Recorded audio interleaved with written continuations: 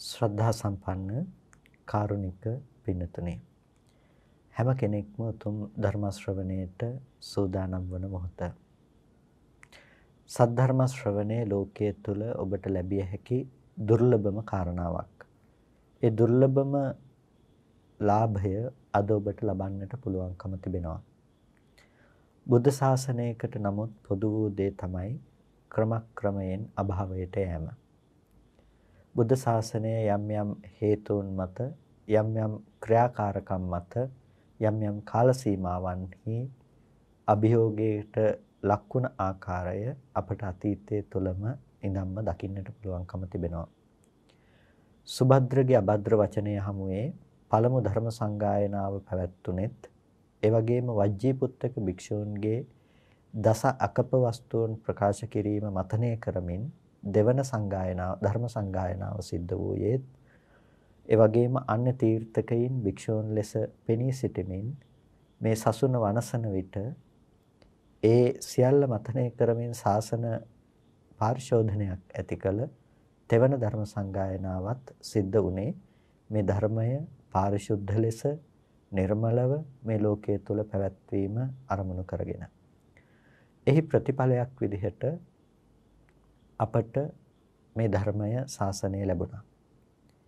මිහිඳු මහරහතන් වහන්සේ විසින් ලංකාවට මේ උතුම් ධර්මය දේශනා කිරීමෙන් අනතුරුව එදා පටන් ශ්‍රී ලාංකේය භික්ෂුන් වහන්සේ තමන්ගේ දිවි දෙවැනි කොට මේ ශාසන ධර්මය ආරක්ෂා කළා. මුළු ලෝකයටම බුදුදහම ආරක්ෂා කර දීමේ ගෞරවය හිමිවන්නේ ශ්‍රී ලාංකේය භික්ෂුන් වහන්සේට. උන්වහන්සේලා මේ ධර්මය තමන්ගේ ජීවිතයට වඩා රැකගත යුත්තක් හැටියට කල්පනා කරමින් මේ ධර්මය ආරක්ෂා කළා. ඉතිහාසයේ දිහා බලනකොට අපට දකින්නට පුළුවන් බැමිණි තියාසාය කාලේ වගේම නොයෙක් උපද්‍රවයන් හමුවේ උන්වහන්සේලා මේ ධර්මය රැකගත් ආකාරය. ඒ ධර්මයේ නිර්මලව පවත්වා ගන්නට උන්වහන්සේලා කැපකිරීම කරපු ආකාරය.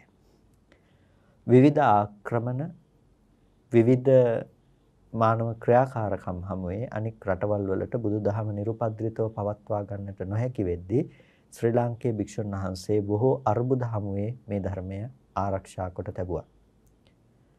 ක්‍රිස්තු පූර්ව පළවෙනි සතවර්ෂයේහි ධර්මය ග්‍රන්ථාරූඪ වෙන්නේ මේ විදිහට.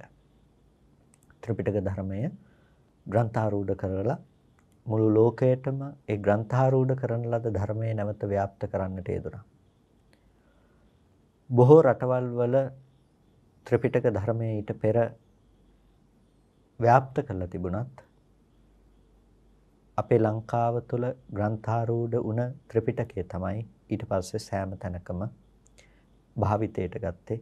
නැතිනම් ඒ ධර්මය විදිහට පාවිච්චි කරන්නට යෙදෙන්නේ. එතකොට මේ මහරහත් කුන්තගත්තතිස්ස මහරහතන් වහන්සේ ප්‍රධාන ඒ 500ක් මහරහතන් වහන්සේලා විසින් සිද්ධ කරපු ඒ පොත්තක සංගීතයට පසු කාලීනව වුණත් විවිධ අවස්ථාවන්හි විවිධ ලෙස ඒ සංගායනා ස්වරූපයෙන් ධර්මය ආරක්ෂා කරගන්නට අපේ රටේ භික්ෂුන් වහන්සේලා උත්සාහවත් වුණා.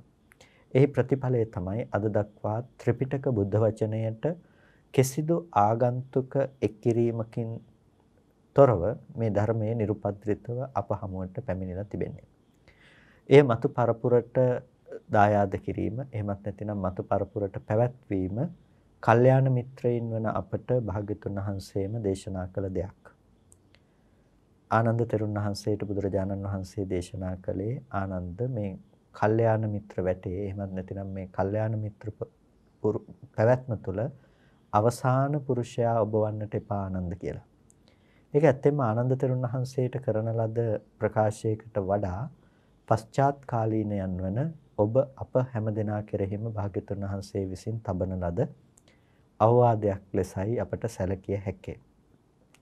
ඒ නිසා අපට භාග්‍යතුන් වහන්සේ ඔබට දේශනා කළා තියෙනවා ඔබ මේ කල්යාණ මිත්‍ර වැටේ අවසන් පුරුෂයා වන්නට එපා අන්තිමය වන්නට එපා කියලා.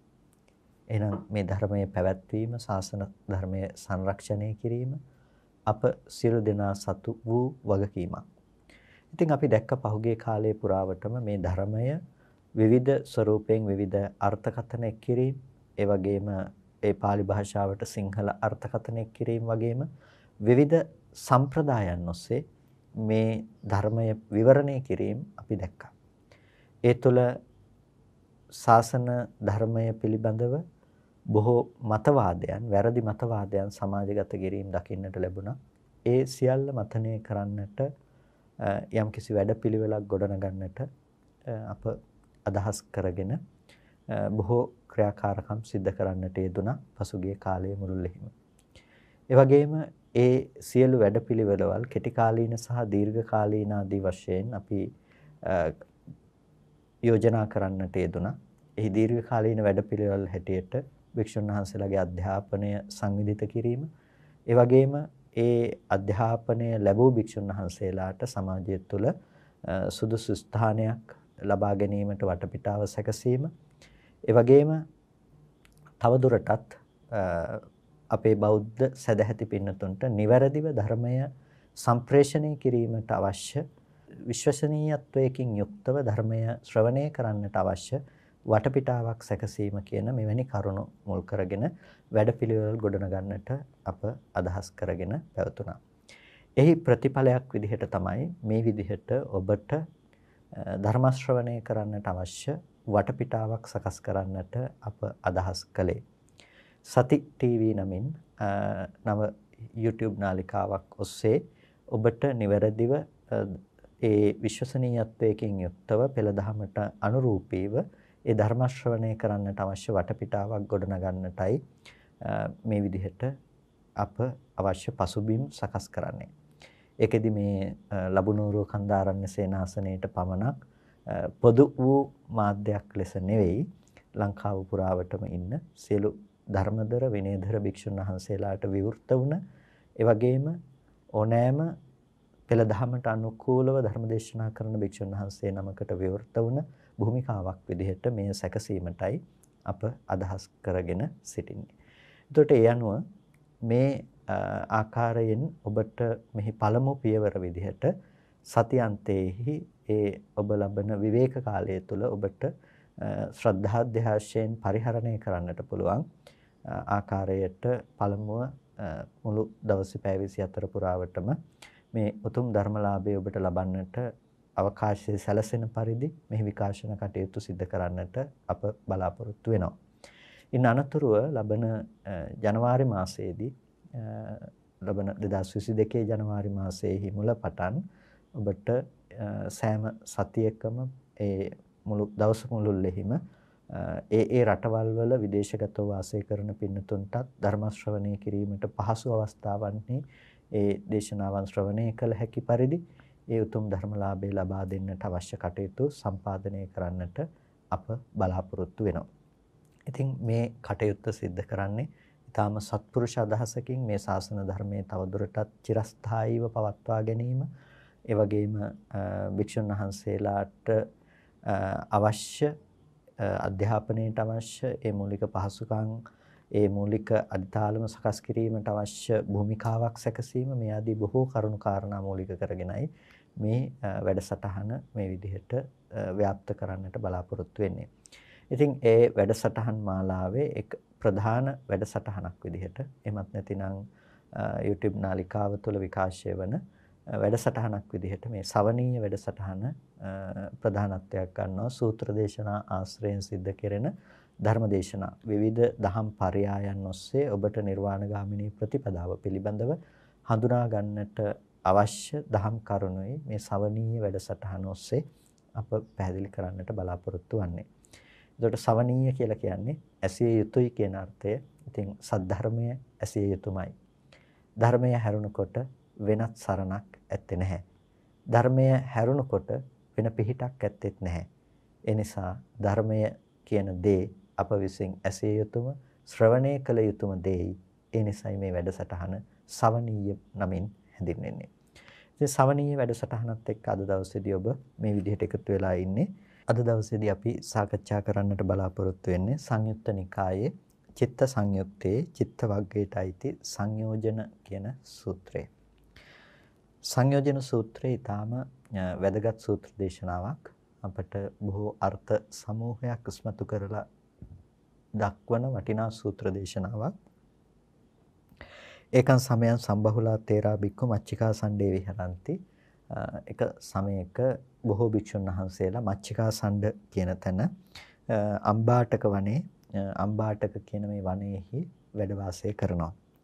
එතකොට මේ බොහෝ භික්ෂුන් වහන්සේලා දවල් කාලෙදී ඒ කියන්නේ හවස් යාමේ වන්නට කිට්ටුව මණ්ඩල මාලයේ සම්නිසින්නාන අර රැස්වීම ශාලාවක් ඔක්කොම එකතු වෙන ඒකට කියනවා මණ්ඩල මාල කියලා. ඔක්කොම එකට එකතු වෙලා කතා කරන රැස්වීම ශාලාවක ඔක්කොම එකතු වෙලා ඉන්නකොට භික්ෂුන් වහන්සේලා අතර මේ අතුරු කතාව ඉපදුනා. උන්වහන්සේලා අතර පොඩි සාකච්ඡාවක් ඇති වුණා. සංයෝජනන්තිවා ආවසෝ සංයෝජනීයා ධම්මාතිවා ඉමේ ධම්මා නානත්තා නානා ව්‍යංජනා උදාහු ඒකත්තා ව්‍යංජනමේව නානන්ති. මෙන්න මේ අතුරු කතාව උන්වහන්සේලා අතර ඇති වුණා. මොකද්ද? සංයෝජනාවා ආවසෝ සංයෝජනීයවා ධම්ම. මේ සංයෝජන කියලා කොටසක් තියෙනවා. සංයෝජනීය ධර්ම කියලා කොටසක් තිබෙනවා. එතකොට මෙන්න මේ සංයෝජනීය ධර්ම සංයෝජන සහ සංයෝජනීය ධර්ම කියන මේ ධර්මයන් නානත්තා නානා අර්ථ ඇත්තෝද නානා ව්‍යංජනා නොඑක් ව්‍යංජන ඇත්තෝද. ඒ කියන්නේ දැන් ව්‍යංජන කියලා කියන අක්ෂර විදිහට මේවා වෙනස්.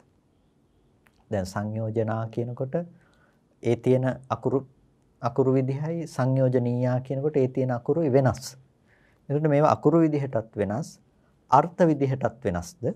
එහෙම නැත්නම් උදාහු ඒකත්තා ව්‍යංජන මේව නානත්තා. උදාහු එහෙමත් නැත්නම් අර්ථය එකයි ව්‍යංජන නානත්වයේද? දැන් අම්මා කියන පදයට අපි කියනවා මව කියලා. එතකොට දැන් අම්මා කියනකොට අපි එක වචනයක් කියන්නේ, මව කියනකොට අපි එක වචනයක් කියන්නේ. අපි පාවිච්චි කරන ව්‍යංජන, අපි පාවිච්චි කරන අක්ෂර වෙනස්. අම්මා කියනකොට එකක්, මව කියනකොට තව එකක්. හැබැයි අර්ථ විදියට අපි ඒකේ හඳුන්වන්නේ එකම තැනක් තියෙන. නැතිනම් ඒ මාතෘත්වයේ ඇති නැතිනම් මව තමයි ඒකෙදී අපි හඳුන්වන්නේ. එතකොට දැන් අක්ෂර විදිහට වෙනස් වුණාට අර්ථ විදියට ඒ පද දෙකම එකම අර්ථ ඇති පද දෙකක්. ඉතින් භික්ෂුන් වහන්සේලාට ඇති වුණ ප්‍රශ්නේ තමයි සංයෝජන සහ සංයෝජනීය කියනකොට මේ දෙක ඒකාර්ථවත් පදද එහෙම නැතිනම් ව්‍යංජන වශයෙන් අකුරු විදිහට වෙනස් වුණාට මේ ඔක්කොම නානාර්ථ පදද නැතිනම් අර්ථ දෙකක්ද මේක කියන්නේ කියලා භික්ෂුන් වහන්සේලා අතර ප්‍රශ්නයක් ඇති වුණා. తත්‍රේකච්චේහි තේරේහි බික්කුහි එවං ව්‍යාකතං හෝති. ඒ භික්ෂුන් වහන්සේලා අතර හිටපු එක භික්ෂුන් වහන්සේ පිරිසක් නැතිනම් ඇතැම් භික්ෂුන් වහන්සේලා මෙහෙම කිව්වා. සංයෝජනන්ති වා ආවසෝ සංයෝජනීය ධම්මාතිවා ඉමේ ධම්මා නානත්තා චේව නානා ව්‍යංජනා. එවත්නි මේක අර්ථ දෙකක්. නානත්තා චේව නානා ව්‍යංජනා. නානත්තා කියලා කියන අර්ථ වශයෙන් මේක වෙනස්. ඒ වගේම චේව නානා ව්‍යංජනා. අක්ෂර විදිහටත් ව්‍යංජන විදිහටත් මේක වෙනස් කියලා. එතකොට ඒකච්චේ හිතේරෙහි එතන හිටපු ඇතැම් තෙරුන් වහන්සේලා විසින් කියනවා සංයෝජනන්තිවා ආවසෝ සංයෝජනීය ධම්මාතිවා ඉමේ ධම්මා ඒකත්තා ව්‍යංජන මේව නානත්තා. එතකොට ඇතැම් භික්ෂුන් වහන්සේලා පිරිසක් කිව්වා මේකේ එක පිරිසක් මේකෙදි මේ ඔක්කොම ඒකත්තා ව්‍යංජන මේව නානත්තා එක අර්ථයක් තමයි මේ දෙකේම කියන්නේ. හැබැයි ව්‍යංජන තමයි නානත්වයට ගිහිල්ලා තියෙන්නේ. අකුරු තමයි වෙනස් වෙලා තියෙන්නේ. මේ පද දෙකක් වුණාට මේකෙන් කියන්නේ එකම දේ ගැනයි කියලා ඉවරලා එක භික්ෂුන් වහන්සේලා පිරිසක් කියනවා. දැන් බොහෝ භික්ෂුන් වහන්සේලා එක තැනකට එකතු වෙලා කතා බහ කරනකොට උන්වහන්සේලා අතර කතාවක් ඇති වුණා. සංයෝජනීය ධර්ම කියන්නේ සහ සංයෝජන කියලා කියන්නේ එකම දේද නැත්නම් දෙකක්ද? අකුරු විදිහට වෙනස් වුණාට මේ දේ එකක්ද දෙකක්ද කියලා. එක භික්ෂුන් වහන්සේලා පිරිසක් කියනවා මේ දෙකම අර්ථ වශයෙන් එකයි ව්‍යංජන වශයෙන් දෙකක් වුණාට. අනිත් භික්ෂුන් වහන්සේලා කියනවා මේක අර්ථ විදිහටත් පද විදිහටත් මේක දෙකක්මයි. මේක එකක් වෙන්න පුළුවන්කම නැහැ කියලා. ඉතින් අන්න ওই විදිහට භික්ෂුන් වහන්සේලා අතර මේ ප්‍රශ්නේ පවතින වෙලාවේදී තේනකෝපන සමයේන චිත්තෝ ගහපති මිගපතකං අනුප්පත්තෝ හෝති. එතකොට මේ චිත්ත කියන ග්‍රහපතිතුමා ඒ කාලේ හිටපු ඊටාම ධර්මදර ඊටාම ව්‍යක්ත උපාසක රත්නයක් කියලා හඳුන්වන ගෘහපතියෙක් චිත්ත ගෘහපති. ඉතින් චිත්ත ගෘහපතිතුමා අනාගාමී ගෘහපතිතුමෙක්. ඉතින් එතුමා ඊටාම ධර්මදරයි. භික්ෂුන් වහන්සේලාගේ බොහෝ ධර්ම ගැටලු විසඳන්නට එතුමා සමර්ථ වුණා. බොහෝ කරුණු පැහැදිලි කරලා දුන්නා. ඉතින් මේ චිත්ත ගෘහපතිතුමා යම්කිසි කටයුත්තක් නිසා මේ ප්‍රදේශයට ආවා. එතකොට මේ ප්‍රදේශයට ආවහම මේ චිත්ත ගෘහපතිතුමාට දැනගන්නට ලැබුණා බොහෝ භික්ෂුන් වහන්සේලාට මේ පසුබත් පිණ්ඩපාතයෙන් වැළකුණු භික්ෂුන් වහන්සේලා මේ විදිහට රැස්වීම ශාලාවට වෙලා කතා කර ඉන්නකොට මේ සංයෝජන සහ සංයෝජනීය ධර්ම පිළිබඳව කතාවක් ඇති වුණා. ඒ කතාවේදී එක භික්ෂුන් වහන්සේලා පිරිසක් මේ විදිහට කිව්වා මේ දෙක එකයි කියලා. තව භික්ෂුන් වහන්සේලා පිරිසක් කිව්වා මේ දෙක දෙකක් කියලා. එතකොට මේ ප්‍රශ්නේ භික්ෂුන් වහන්සේලා අතර ඇති වුණා කියලා මේ කතාව චිත්ත ගෘහපතිතුමාට දැනගන්නට ලැබුණා. එතකොට අතකෝ චිත්තෝ ගහපති එන තේරා බික්කෝ තේන උපසංකමේ. චිත්ත ගෘහපතිතුමා නිහඬව හිටියේ නැහැ ඕන දෙයක් කියලා නිහඬව හිටියේ නැහැ. එතුමා ගියා අර ස්ථවිර භික්ෂුන් වහන්සේලා හමුවන්නට. ඒ භික්ෂුන් වහන්සේලා හමුවන්නට ගිහිල්ලා ඒ භික්ෂුන් වහන්සේලාට වන්දනාමාන කළා. ඒකමන්තන් නිසීති එකත් පස්සෙක උන්වහන්සේලා වැඩ හිටියේ. මේ ගෘහපතිතුමා හිටියා. ඉඳගත්තා. එකත් පස්සක ඉඳගෙන භික්ෂුන් වහන්සේලාගෙන් භික්ෂුන් වහන්සේලාට කිව්වා සුතම් මේතම් භන්තේ ස්වාමීනි මට ඒතන් මේක අහන්නට ලැබුණා. ඔබ වහන්සේලා මේ මණ්ඩල මාලේ රැස්වීම ශාලාවට එලා මෙහෙම කතාවක් කළා. එක භික්ෂු පිරිසක් මෙහෙම කිව්වා. අනිත් භික්ෂුන් වහන්සේලා පිරිස මෙහෙම කිව්වා. මට මේක අහන්නට ලැබුණා. එතකොට භික්ෂුන් වහන්සේලා කිව්වා එවං ගහපතිය උග්‍රහපතිය එහෙම කතාවක් ඇති වුණා. එතකොට සංයෝජනන්තිවා භන්තේ සංයෝජනීයා ධම්මාති මේ ධම්මා නානත්තාචේව නානා ව්‍යංජනාච. එතකොට චිත්ත ගෘහපතිතුමා භික්ෂුන් වහන්සේලාට ඒ කාරණාව පිළිබඳව පැහැදිලි කරලා දෙනවා. ස්වාමීනි සංයෝජනන්තිවා භන්තේ සංයෝජනීයා ධම්මාතිවා ඉමේ ධම්මා නානත්තා. මේ සංයෝජනීය සහ සංයෝජන කියලා කියන්නේ ඉමේ ධම්මා නානත්තා මේ ධර්ම නානත්තයි. මේ ධර්ම අර්ථ වශයෙන් වෙනස්. ව්‍යංජන වශයෙන් උත් පද විදිහටත් මේක දෙකක්. මේක අර්ථ විදිහටත් දෙකක්, පද විදිහටත් දෙකක්. තේනහි බන්තේ උපමං වූ කරිස්සාමි. ඒ නිසා ස්වාමීනි මම ඔබ වහන්සේලාට උපමාවක් දේශනා කරනවා. උපමාවෙනුත් මේ ලෝකේ නුවණැත්තන් විසින් අර්ථය තේරුම් ගන්නවා. සයතාපි භන්තේ කාලෝච බලිවද්දෝ උදාතෝච බලිවද්දෝ. ස්වාමීනි යම් විදිහකින් කළු පාට හරකෙකුයි සුදු පාට හරකෙකුයි ඒකේන දාමේනවා යොත්තේනවා සංයුත්තා අසු. එක දාමයකින් එක වැලකින් නැතිනම් එක බන්ධනයකින් ගැට ගහලා තියෙනවා. යෝනුකෝ එවං වදෙය්‍ය.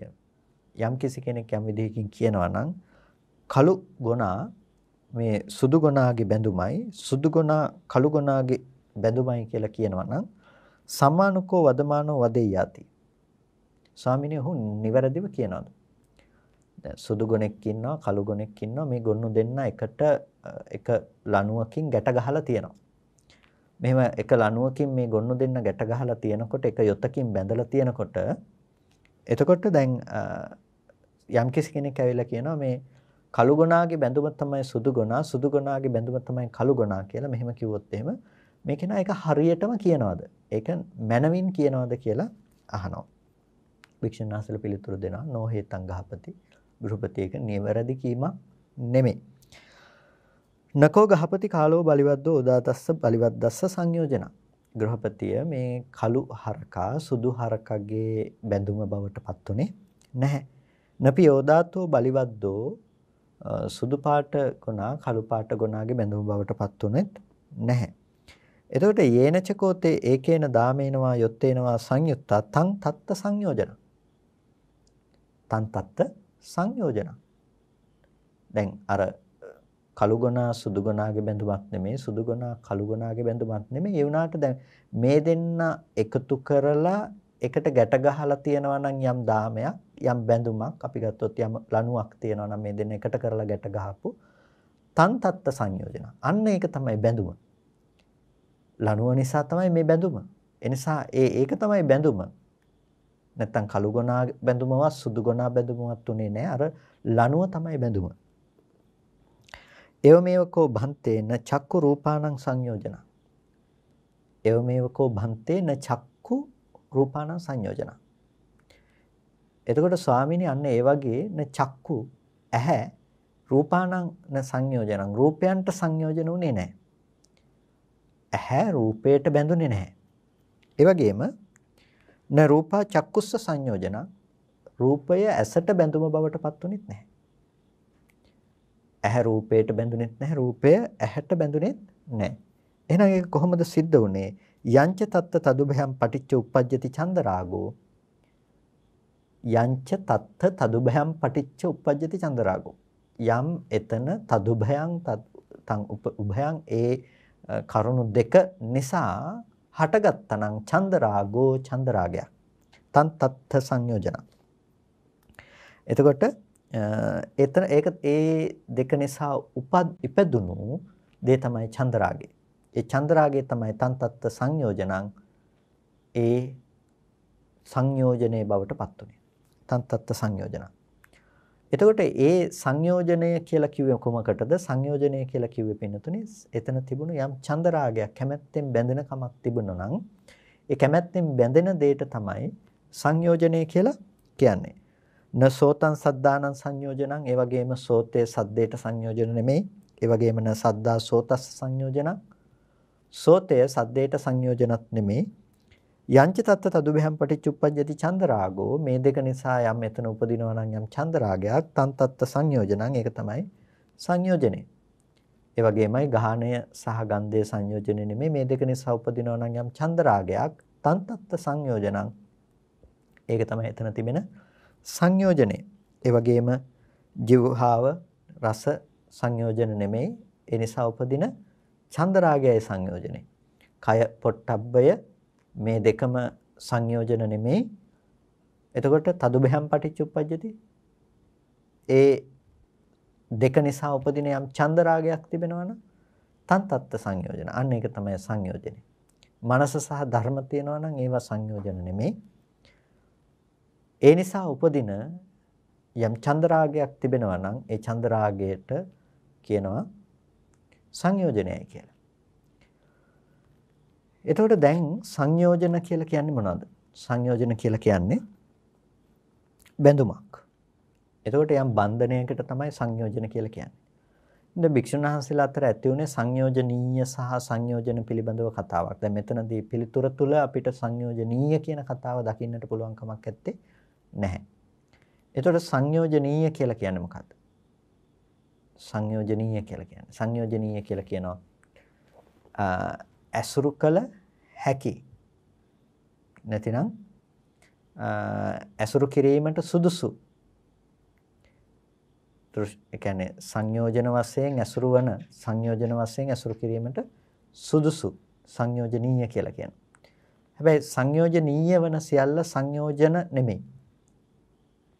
යමක් සංයෝජනීය වුණා කියලා සංයෝජනීය වන සියල්ල සංයෝජන නෙමෙයි. එතකොට සංයෝජන වශයෙන් හැසිරෙන්නට සංයෝජන වශයෙන් පවත්වන්නට සුදුසු දේ තමයි සංයෝජනීයයි කියලා කියන්නේ. දැන් කළු ගුණා සහ සුදු ගුණාගේ කතාව දිහාවට අපි ආපහු හැරුණොත් කළු ගුණා සහ සුදු ගුණා කියන්නේ සංයෝජනීයයි. ඒ දෙන්න බැඳෙන්න හිතයි. බැඳෙන්න පුළුවන්කම තියෙන දෙන්නේ. සංයෝජනේ උනේ බැඳුම. සංයෝජනීය බව තිබුණේ අර කළු ගුණා සහ සුදු ගුණා කියන දෙක තුළ. වගේ ඇස සහ රූපය අපි අරගෙන බැලුවොත් මේ දේවල් සංයෝජනීය ධර්ම. හැබැයි මේවා සංයෝජන නෙමෙයි. එස රූපය ගැන කතා කරනකොට අපි රූපය ගැන කියනවා සංයෝජනීයන් කියලා. එතකොට සංයෝජනීයයි මේ සංයෝජන උපදවන්නට සුදුසුයි සංයෝජන උපදවන්නට පුළුවන්. රූපේ දිහා බලාගෙන සංයෝජන ඇති මනසකට රූපය අසුරු වෙන්නේ සංයෝජනය යෙදෙන්නේ රූපය පිළිබඳව. එනිසා රූපය සංයෝජනීයයි කියලා කියනවා. එතකොට දැන් සංයෝජනීය බව කියලා කියනකොට දැන් ඇස සංයෝජන නෙමෙයි රූපය සංයෝජන නෙමෙයි. හැබැයි මේ දෙක පිළිබඳව යම් චන්දරාගයක් තිබුණා නම් මේක තමයි සංයෝජනය. චක්කුංච පටිච්ච රූපේච උපජ්ජති චක්කු විඥානං ඇසත් නිසා රූපයත් නිසා උපදිනවා චක්කු විඥානය. එතකොට ඇසත් නිසා රූපත් නිසා කියනකොට මෙතනදී අපිට දකින්න පුළුවන් පටිච්ච කියලා වචනයක්. මේ පටිච්ච කියන එකට සමහර වෙලාවට අර්ථකථන දෙන්නට උත්සාහවත් වෙනවා. පටි කියලා කියන්නේ අරගෙන මේ බැඳ ගන්නවා. ඉච්ඡ කියන්නේ කැමැත්තෙන්, මේ පටි ඉච්ඡ කියලා කියන්නේ කැමැත්තෙන් අරගෙන මේ බැඳ ගන්නවා කියන. එහෙම අර්ථ දෙන්නට පුළුවන් කමක් නැත්තේ නැහැ. පටිච්ච කියන වචනයෙහි ඒ විදිහේ මේ අරගෙන බැඳ ගන්නවා කියන එකක් අර්ථයක් කියන එක මේ පටි කියන වචනය ඇතුලේ කොහෙවත් ඇත්තේ නැහැ. අපි සිංහලෙන් පටි බැඳගත්තට පාලියේ පටි කියලා එහෙම වචනයක් මේ බැඳ ගන්නවා කියන එකකට ඇත්තේ නැහැ. පටිච්ච කියලා කියන්නේ නිසා. යම් කිසි දෙයක් හේතු ටිකක් නිසා එය ප්‍රත්‍ය කරගෙන ඒ සමவாயෙන් උපදිනවා නම් අන්න එතනට යෙදෙන පදයක් තමයි පටිච්ච. ඒ නිසා ඒ හේතුවෙන් කියන එක. එතකොට චක්කුංච පටිච්ච රූපේච කියන්නේ දැන් ඇහැ පටිච්ච වුණා කියලා ඇහැ කැමැත්තෙන් බැඳුන රූපෙට කියලා කියනවා නම් ඒක සුදුසු කතාවක් නෙමෙයි. එතකොට මේ කියන්නේ මොකද්ද? ඇසද නිසා රූපද නිසා කියන එක. ඒ නිසා දැන් චක්කුංච පටිච්ච රූපේච ඇසද නිසා රූපද නිසා උපජ්ජති චක්කු විඥානං උපදිනවා චක්කු විඥානය කියන දේ. එතකොට දැන් සංයෝජන ගැන කතා කරනකොට මේ ඇහැ සංයෝජනේ නෙමෙයි රූප සංයෝජනේ නෙමෙයි ඒ දේවල් වලට කියනවා සංයෝජනීය ධර්ම කියලා නිසා. ඒ කියන්නේ මේ සංයෝජන නැමැති දේ පවත්වන්නට පුළුවන් කමක් තියෙන්නට ඕනේ. සංයෝජනය කියන්නේ පොඩි තව දෙයක අපිට අමුණන්නට පුළුවන් දෙයක් නම් අපි හිතමු කොක්කක් වගේ දෙයක් නම් මේ කොක්ක පිහිටන්නට වැටෙන්න තැනක් තියෙන්න ඕනේ. දැන් අහසට මේක විසිකරා කියලා අහස්සේ රැඳිලා මේක තියෙන්නේ නැහැ. ඇයි? අහස ඒකට සුදුසු නැහැ. අහස ඒක දරන්නට සුදුසු නැහැ. නමුත් අපි යම්කිසි දේවල් සහිත කටු අකුලකට ඒක විසිකලා ඇද්දොත් ඒක දරන්නට ඒක සුදුසුයි. එන්නේ නැහැ, පැටලෙනවා. අන්න ඒ වගේ එකට සුදුසු භූමියක් තියෙන්නට ඕනේ. මේ සංයෝජන ධර්ම පවතින්නේ ඊට සුදුසු භූමිය ඇතිකල්හි මිසක ඒ භූමිය නැතිව ඒක පවතින්නේ නැහැ. මේ රූපාදී ධර්ම ඒ දේ පවත්වන්නට සුදුසු භූමි භාගය. සංයෝජන නැමැති ධර්ම පවත්වන්නට සුදුසු භූමිය තමයි ඇහැ රූපාදී මේ භූමිය කියලා කියන්නේ. ඇහැ කියන්නේ බැඳුමක් නෙමෙයි, රූප කියන්නේ බැඳුම නෙමෙයි. හැබැයි අපි බැඳුමක් හදාගන්න තැනකට තියෙන හේතුව තමයි ඒ තියෙන්නේ. එතකොට ඒ මත පිහිටලා තමයි අර බැඳුම සැකසෙන්නේ. ඒ නිසා සංයෝජනය කියලා ඇහැ රූප ආදියට කියන්නේ. හැබැයි සංයෝජනීයයි කියලා කියනවා. ඇයි? සංයෝජන ධර්මයන්ට හැසිරෙන්නට හිතකර භූමිය බවට පත් වෙන්නේ මේ දේවල් නිසා. අපේ ජීවිතය තුල අපි අරගෙන බැලුවාම චන්දරාග වශයෙන් හැසිරෙන තැන් දිහා අපි අවධානය යොමු කළාම අපි කැමැත්තෙන් බැඳෙන්නේ රූප, ශබ්ද, ගන්ධ, රස, ස්පර්ශ, අරමුණු කියන මේ දේවල් පිළිබඳව. එතකොට දැන් රූපය පිළිබඳව කැමැති කියන තැනක අපි කතා කරනකොට කවදාවත් රූපය අපේ කැමැත්ත ඉෂ්ට කරනවා කියන දේ सिद्ध කරපු දෙයක් නෙමෙයි. රූපය කැමැත්තයි රූපයයි මේ දෙකම එකක් උනේ නැහැ. රූපය කියන දේ සංයෝජනීය දේ හැම වෙලාවකදී. රූපය කියන දේ සංයෝජනීය දේ. සංයෝජන සහිත මනසකට මේ සංයෝජනීය රූපය හසු වෙනවා. සංයෝජන සහිත මනසකට සංයෝජනීය වුණ රූපය එකට හසු වෙනවා. එහෙම නැත්නම් ඒකට හසු වෙන්නේ නැහැ.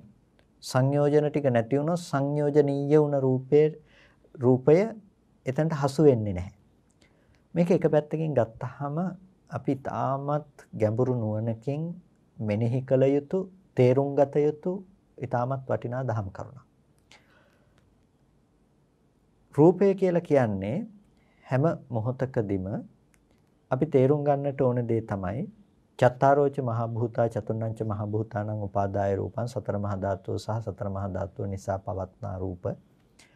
එතකොට මේ රූප කියන දේ පිළිබඳව අපි විග්‍රහ කරනකොට අපි රූපය ගැන දෙපැත්තකින් විවරණය කරගන්නවා.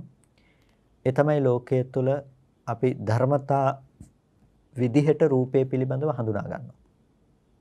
ධර්මතාවයක් විදිහට අපි රූපය පිළිබඳව හඳුනා ගන්නවා. මෙන්න මේකයි රූපය කියලා කියන්නේ. මේ පඨවි ධාතු, ආපෝ ධාතු, තේජෝ ධාතු, ආයෝ ධාතු, ඊට පස්සේ වර්ණ ගන්ධ රස ඕජා කියන දේවල්, එතකොට අපි මේ සුද්ධාෂ්ටක රූපය කියලා කියනවා. ඊට පස්සේ මේ වගේ සුකුම රූප පවතිනවා කියලා මේ රූප පිළිබඳව අපි යම් ඥානයක් ඇති කරගන්නවා.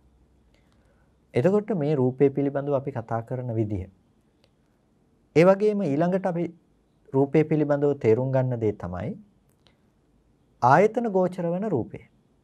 ආයතන ගෝචර වන රූපය කියලා කියන්නේ දැන් ඇහැට වර්ණ රූපයක ආපාතහගමයක් නැතුව, කියන්නේ ඇහැට වර්ණ රූපයක ගැටීමක් නැතුව, වර්ණ රූපයක් පේන්නේ නැතුව අපිට මොනම විදිහකටවත් ඇහැට වර්ණ රූපයක් ගැටෙන්නේ නැතුව අපිට මොනම විදිහකටවත් තේරුම් ගන්නට පුළුවන් කමක් නැහැ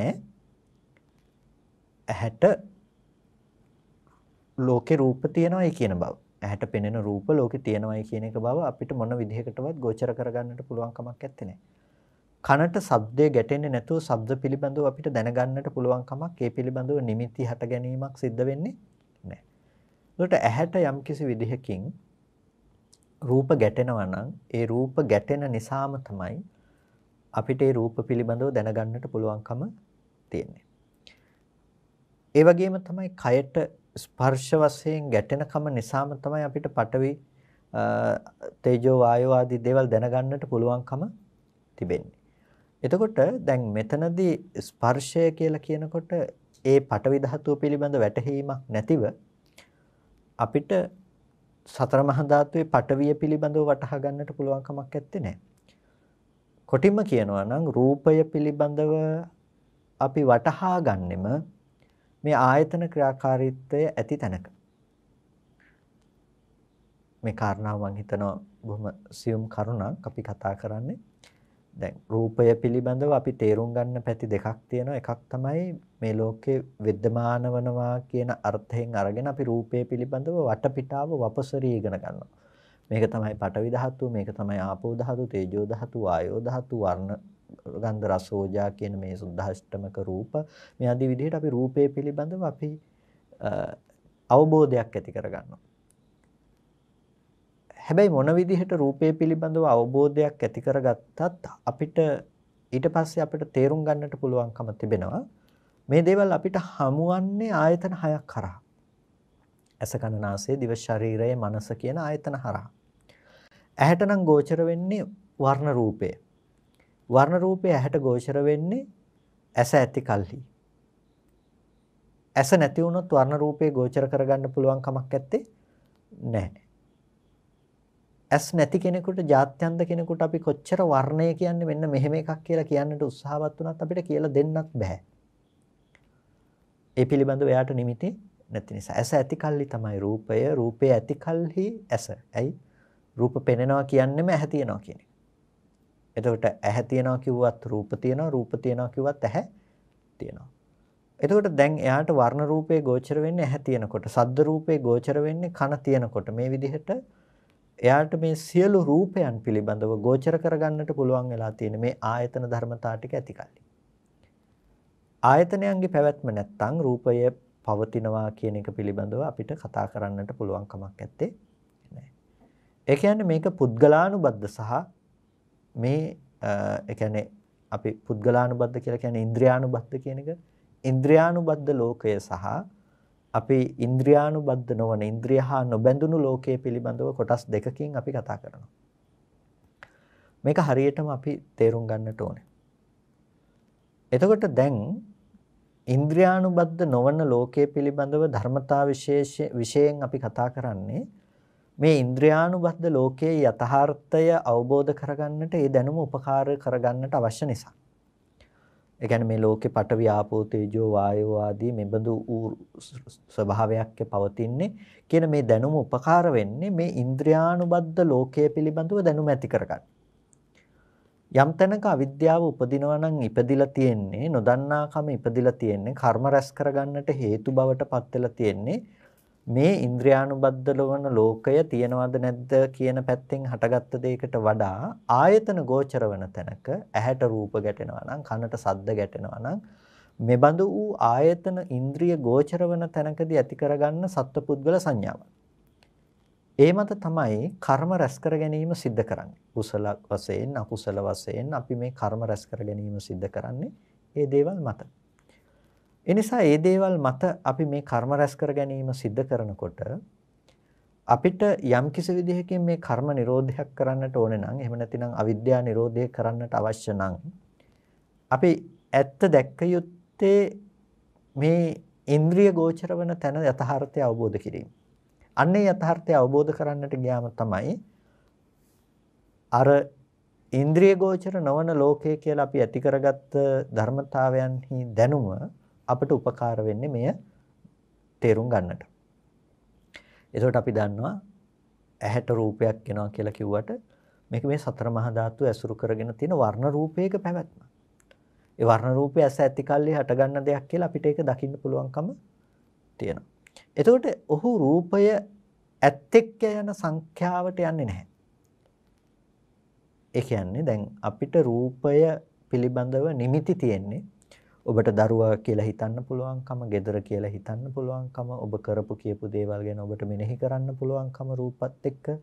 ඔබට ඔය සංකල්පයේ තියෙන කුමක් නිසාද?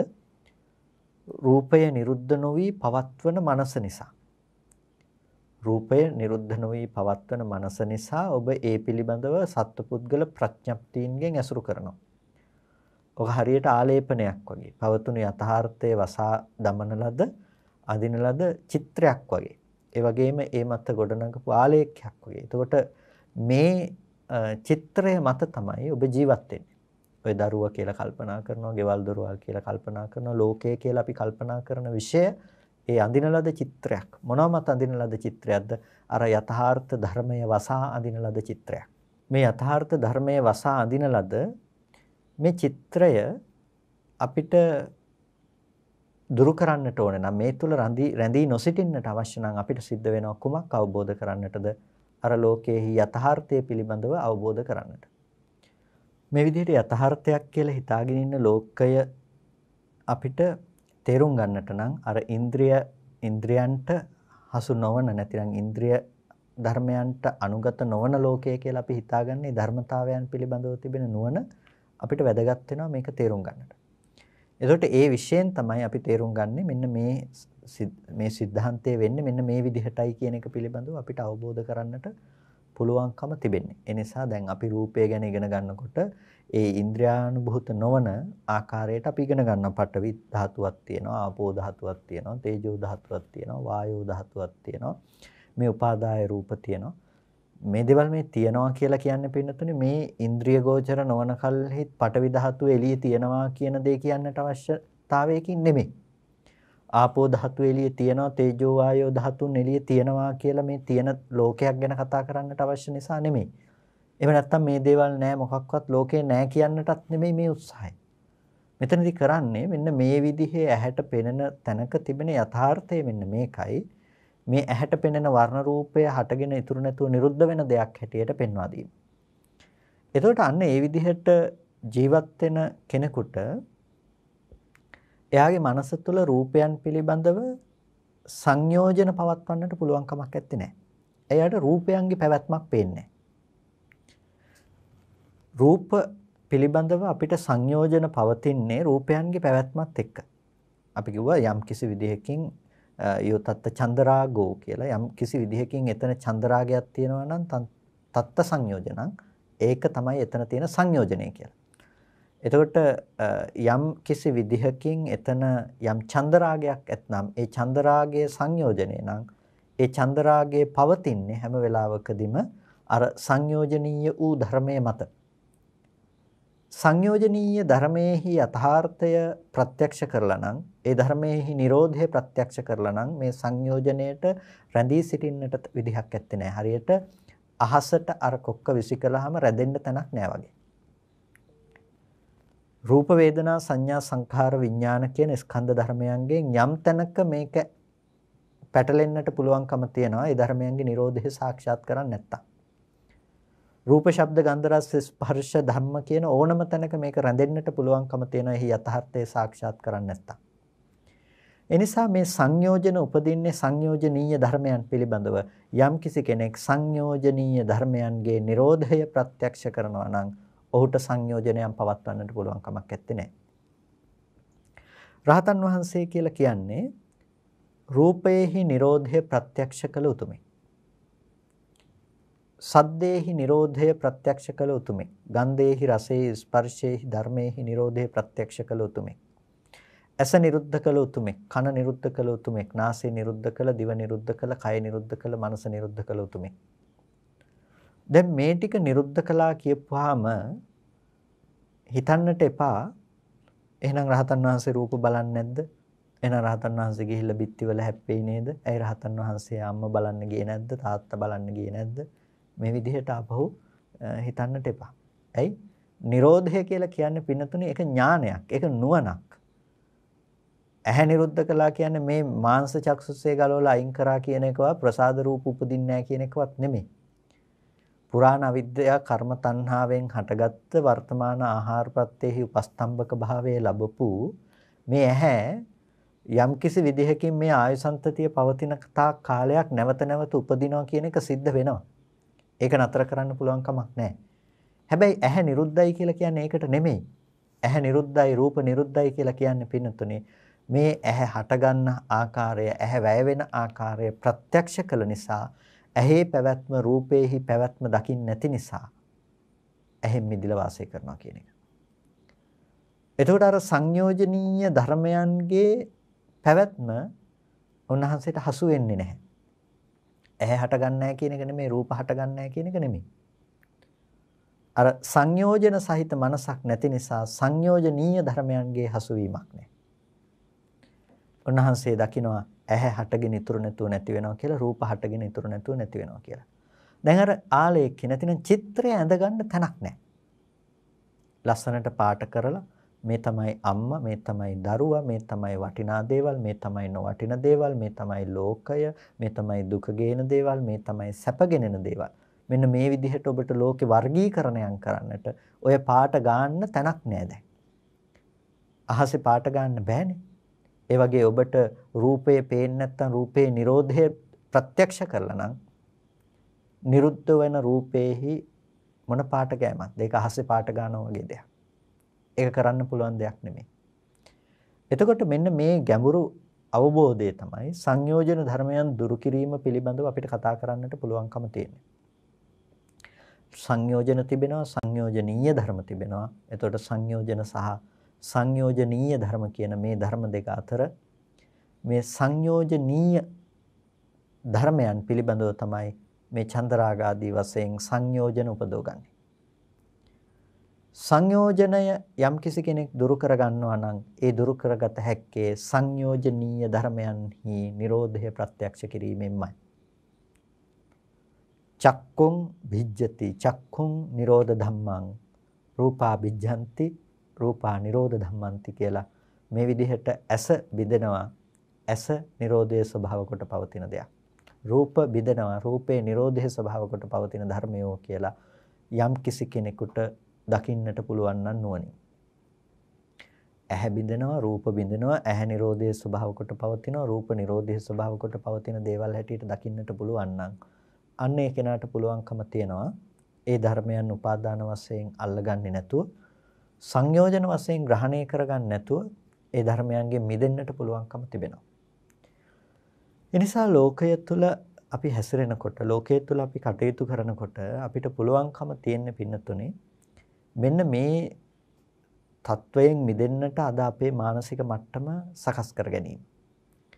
එතකොට සංයෝජනීය ධර්මයන්ගේ යථාර්ථය ප්‍රත්‍යක්ෂ කිරීම තුළ තමයි අපිට සංයෝජන නොහට ගන්න බවට පත් කරන්නට පුළුවන්කම තියෙන්නේ. සංයෝජනීය ධර්මයන්ගේ යථාර්ථය ප්‍රත්‍යක්ෂ කිරීම තුළ අපිට පුළුවන් සංයෝජන ධර්මයන් නොහට ගන්න තත්වයට පත් කරන්නට. තව විදිහකින් කිව්වොත් සංයෝජන ප්‍රහාණය තුළ සංයෝජනීය ධර්මයන්ගේ යථාර්ථය ප්‍රත්‍යක්ෂ කරන්නට පුළුවන්. කොහොම කළත් සංයෝජනීය ධර්මයන්ගේ යථාර්ථය ප්‍රත්‍යක්ෂ වීම අනිවාර්යෙන් විය යුතුයි. එතකොට සංයෝජනීය ධර්ම කියලා කිව්වේ රූප, ශබ්ද, ගන්ධ, රස, ස්පර්ශ කියන මේ දේවල්. ඒ වගේම ඇස, කන, නාසය, දිව, ශරීරය කියන මේ ආයතන ටික. මනස සහ ධම්ම කියන මේ දෙක. එතකොට මෙන්න මේ ධර්මයෝ තමයි සංයෝජනීය ධර්ම හැටියට අපිට හඳුනා ගන්නට පුළුවන්කම තියෙන්නේ. සංයෝජන ඇති කරගන්නේ මෙහි යථාර්ථය ප්‍රත්‍යක්ෂ කරගන්න නැතුව විඥාණයට නැවත ඇස ඇසුරු කරන්න පුළුවන්කම ලැබෙනකොට රූපය ඇසුරු කරන්න පුළුවන් ලැබෙනකම ලැබෙනකොට තමයි සංයෝජන උපදවගන්නේ. සංයෝජන උපදවගත්තොත් තමයි දුක කියන දේ ලබා දෙන්නේ. දුක කියන දේ නැවත නැවත උපදවන්නේ සංයෝජන වශයෙන් හැසිරෙනකම තමන්ගේ මනස තුළ තිබෙන නිසා. යමකට දුක නූපදවන්නට ඕනේ නම් එයා සංයෝජන වශයෙන් තෘෂ්ණා සංයෝජන වශයෙන් මේ ඇලෙන බැඳෙනකම අයින් කරන්නට ඕනේ. ඒ ඇලෙන බැඳෙනකම එයාට අයින් කරන්නට නම් එයාට සිද්ධ වෙනවා අර සංයෝජනීය ධර්මයන්හි යථාර්ථය ප්‍රත්‍යක්ෂ කරන්නට. එහෙනම් ඔබට අද දවසේදී තියෙන්නේ සංයෝජනීය ධර්මයන්හි යථාර්ථය දැකීම. ඔබට දකින්නට වෙනවා එහෙනම් ඇස පිළිබඳව යථාර්ථය, රූපය පිළිබඳව යථාර්ථය ආදී ලෙස මේ ආයතන ධර්මයන්හි යථාර්ථය අවබෝධ කරන්නට ඕනේ. ඇහැ පිළිබඳව යථාර්ථය දකිනකොට ඔබට චක්කුන් අනිච්චං කියලා ඇස අනිත්‍යයි කියලා දකින්නට ඕනේ. රූප අනිත්‍යයි කියලා දකින්නට ඕනේ. මේ ධර්මයන්ගේ හට ගැනීම සහ වැයවීම කියන මේ ස්වභාවය අද දවසේදී ඔබ තේරුම් ගන්නට අවශ්‍යයි. එතකොට ඇහැ අනිත්‍යයි කියලා කියනකොට රූප අනිත්‍යයි කියලා කියනකොට ඔබට මෙන්න මේකයි ඇහැ කියන්නේ මේ ධර්මයෝයි රූප කියන්නේ කියන එක තුළින් ඔබට මුළු ලෝකයම පෙනෙන ලෝකයම හසු වෙන්නට ඕන. එතකොට මේ පෙනෙන ලෝකයම හසු වෙනවා කියලා කියන්නේ පෙර නොතිබී හටගෙන ඉතුරු නැතුව ඔබට මේ දේවල් නැති වෙනවා කියන දැක්ම ඒ ආයතනය හරහා උපදව ගන්නට පුළුවන්කම තිබෙනවා. කන හරහා ඔබට ඒ දැක්ම උපදව ගන්නට පුළුවන්කම තිබෙනවා. මේ විදිහට ඒ සලායතන ධර්මයන්ගේ හට ගැනීම සහ වැයවීම කියන මේ ඥාණය ඔබට උපදව ගන්නට පුළුවන්කම ලැබෙනවා නම් අන්න කිසිවක් උපාදාන වශයෙන් තෘෂ්ණා දෘෂ්ටි වශයෙන් ඇසුරු කරන්නේ නැතුව ඒ ධර්මයන්ගෙන් ඔබට මිදෙන්නට පුළුවන්කම ලැබෙනවා. ඒ නිසා ඔබ උත්සාහවත් වේ යුත්තේ අන්න ඒ තත්වයට පත්වන්නට. ඒ නිසා අනිත්‍ය භාවනාව අපි නිරන්තරයෙන් පුරුදු කළ යුතුයි. අනිත්‍ය භාවනාව අපි ජීවිතේ ප්‍රායෝගිකව ප්‍රගුණ කරන්නන් බවට පත්විය යුතුයි. හටගෙන ඉතුරු නැතුව නැති වෙනවා කියලා කියන්නේ ඇයි? අහුත්වා සම්භූතං හුත්වා න භවිස්සති පෙර නොවි හට ගන්නවා. වී ඉතුරු නැතුව නැති වෙනවා කියලා කියන්නේ ඇයි? මේක ඇහි ස්වභාවය නේද? මේක රූපයේහි ස්වභාවය නේද? එහෙනම් කලින් දැකපු දේ නැවත දකින්න පුළුවන් කමක් නැහැනේ. මේ ධර්මයන් ඒ මොහොතේ හටගෙන නැති වෙනව නේද කියන එක පිළිබඳව ඔබට තේරුම් ගන්නට සිද්ධ වෙනවා. ඒක තේරුම් ගන්නකොට අර සංයෝජන ධර්මයන්හි පැවැත්ම නැතුව ඔබට සංයෝජනීය ධර්මයන්හි Nirodhe සාක්ෂාත් කිරීම තුළ නිවෙන්නට පුළුවන්කම තියෙනවා. මේ සමස්ත මේ සංසාර දුක්ඛ ප්‍රවාහයම නිරුද්ධ කරන්නට නැති කරන්නට පුළුවන්කම තිබෙනවා. ඒ නිසා මේ Nirodhe නැතිනම් අනිත්‍යතාවය පිළිබඳව ප්‍රත්‍යක්ෂ කිරීම සඳහා ඔබ මේ ජීවිතය තුළ උත්සාහවත් වේ යුතුයි. තවදුරටත් අප ඉදිරියට මේ ශ්‍රවණීය වැඩසටහන තුළින් විවිධ පර්යායන්ගෙන් දහම් කරුණු සාකච්ඡා කරන්නට බලාපොරොත්තු වෙනවා. කල්පනා කරගන්න අද දවසේදී ධර්ම ශ්‍රවණය කළ යෝනිසෝ මනසිකාරයේ පවත්තලා ඊටමත් වටිනා කුසල කර්මයක් සිද්ධ කරගන්නට යෙදුනේ. මේ සිද්ධ කරගත්ත සියලු කුසල කර්මයන් අපි අනුමෝදන් කළ යුත්තන්ට අනුමෝදන් කරමු. පළමුවෙන් අපට අර්ථයෙන් ධර්මයෙන් අනුශාසනා කළ අපේ ධර්මාචාර්ය අවසරයි මාංකඩවල සුදස්සන ස්වාමීන් වහන්සේට, අවසරයි මාංකඩවල නන්දරත්න ස්වාමීන් වහන්සේට, ස්වාමීන් වහන්සේලා දෙනමටම උතුම් නිවනින් සැනසෙන්න මේ කුසලය හේතු පාරමිතාවක් වේවායි සාදු කියලා පින් අනුමෝදන් කරනවා. ඒ වගේම සියලු දෙවියන්ටත් අපි මේ පින් අනුමෝදන් කරමු. දෙවියෝ මේ පින් සතුටින් සාදුනාදයෙන් අනුමෝදන් වනු ලබත්වා දෙවියන්ට මේ පින් උතුම් නිවනින් සැනසීම පිණිසම හේතු පාරමිතාවක් වේවායි සාදු කියලා පින් අනුමෝදන් කරන්න. හැම දිනාටම තෙරුවන් සරණයි.